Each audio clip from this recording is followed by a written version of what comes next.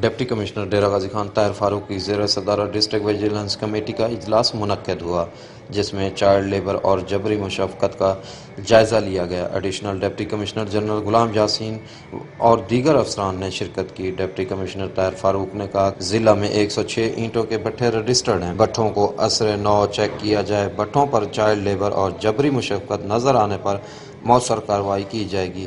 اینٹوں کے بھٹوں پر کام کرنے والی لیبر کی سوشل سیکورٹی ڈپارٹمنٹ میں رجسٹریشن کی جائے۔ اینٹوں کے بھٹوں پر کام کرنے والی لیبر کی سوشل سیکورٹی ڈپارٹمنٹ میں رجسٹریشن کی جائے۔ رجسٹرڈ لیبر کو مفت علاج سمیت سوشل سیکورٹی کی دیگر سہولیات فراہم کی جائیں۔